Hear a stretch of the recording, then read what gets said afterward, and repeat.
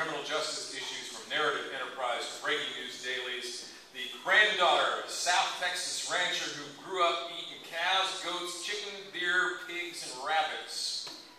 That's what it says, okay? For years, she ate no meat, and her identity in many ways was intertwined with vegetarianism. And then one day this summer, she took a bite of bison. And coming out has not been easy. Is this true? I don't know. Give it up for Jamie Stockwell!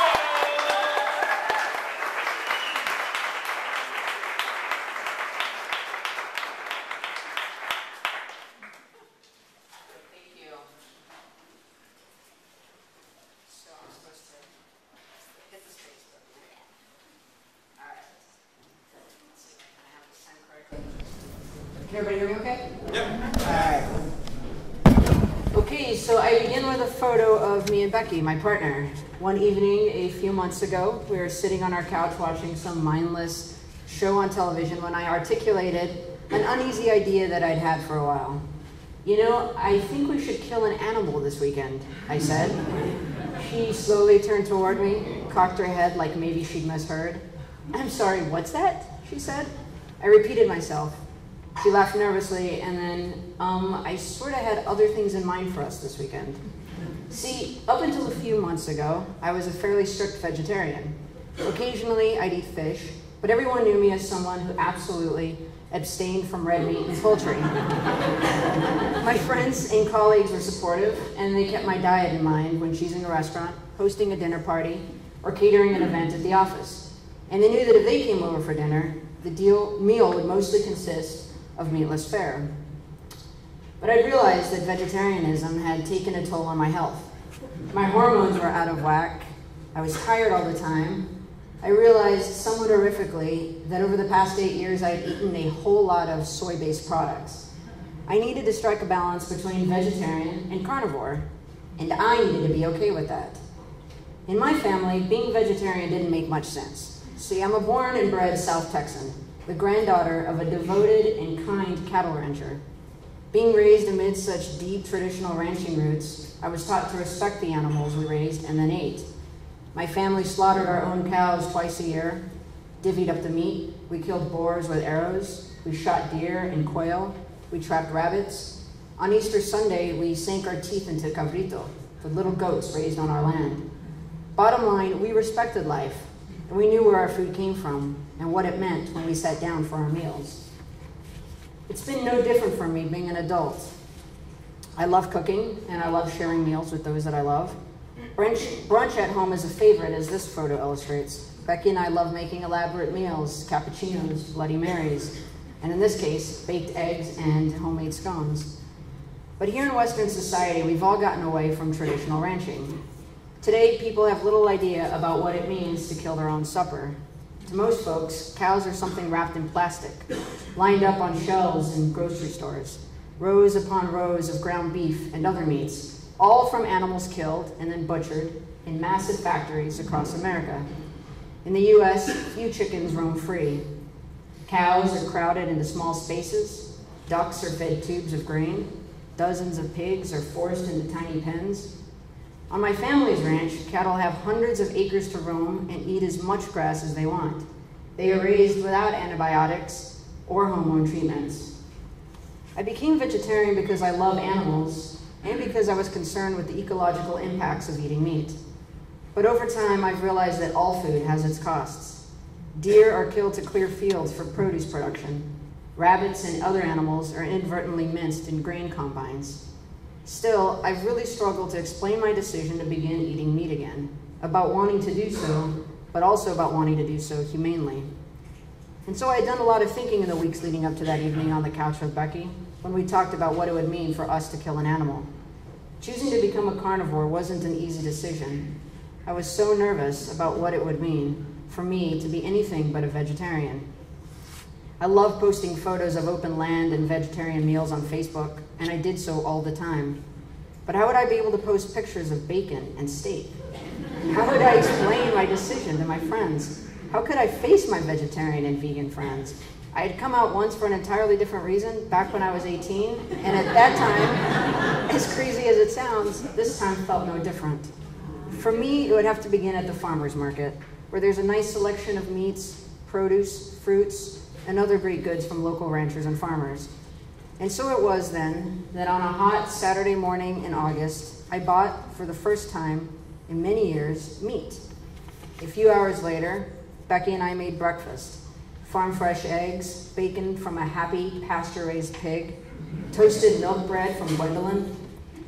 The next evening, we stared nervously at our dinner, bison. Becky reached for my hand, and together we bowed our heads. Yes, I know this is a picture of a pig. I made a mistake, so sorry. What's your apology?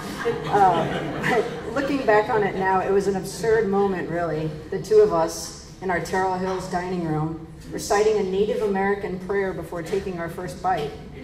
What did we know about such things anyway? I mean, we were two girls. Still, we thanked the bison for giving its life for our nourishment. And then we paused, both thinking the same thing. What's the karmic cost for eating another animal? Other questions stirred uneasily inside me, and stir inside me still. If I love animals so much, how can I justify eating them? What does it mean to eat meat? Do I need to step into my grandfather's shoes to earn the right to be a carnivore? Do I need to eat the animal from nose to tail to be worthy? San Antonio's slow food movement is gaining steam, and so I have no doubt that countless of you and other San Antonians are pondering the same questions.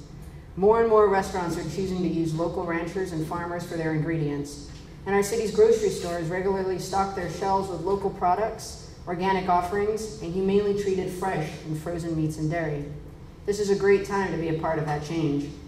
I don't think Becky and I will be heading anytime soon to a pig farm so that we can butcher our dinner, but every day we remember my grandfather, who at 92 still insists on working his land. He is a man who prays over his food every day, thankful that the cows he raised feed him and so many others. In the end, for me too, it's all about respecting life. I want to make strong moral decisions. I want to avoid processed foods. I want to choose local, pastured, humanely raised animals. Many days I still veer toward vegetarian fare. Fresh produce, nuts, legumes, fruits, all of those are delicious and tough to beat. But I'm no longer afraid to also choose beef, bison, poultry, and fish. I had a work lunch today at Gwendolyn, and for the first time in years I ordered a non-vegetarian meal in front of my colleagues. It felt great to order what I wanted and not feel ashamed. Roasted chicken with fresh sprouts and an arugula and apple salad. And so I leave you with this. My name is Jamie, and I eat meat.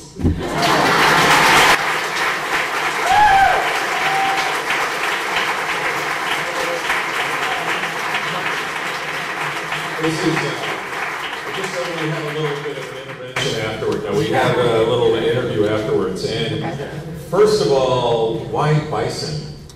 I actually really used to love bison. It's lean, it's flavorful, the grass-fed, you can really taste what it had eaten. It's much more delicious, in my opinion, than cow. But. And why did you, just curious, because I have a daughter who's 20 and she's vegetarian, and I don't know exactly what triggered that. What triggered it in you? Growing up eating so much meat. I was a college student at UT Austin, and right outside my dorm there was a photo of it wasn't a photo, it was an illustration of a cow that had been beheaded, and there was all this blood coming out. And that's very UT, isn't it? Yeah. That's okay. And I went home for Thanksgiving to my grandparents' house, and I said, Grandpa, I don't want to eat meat anymore. And he said, I don't blame you.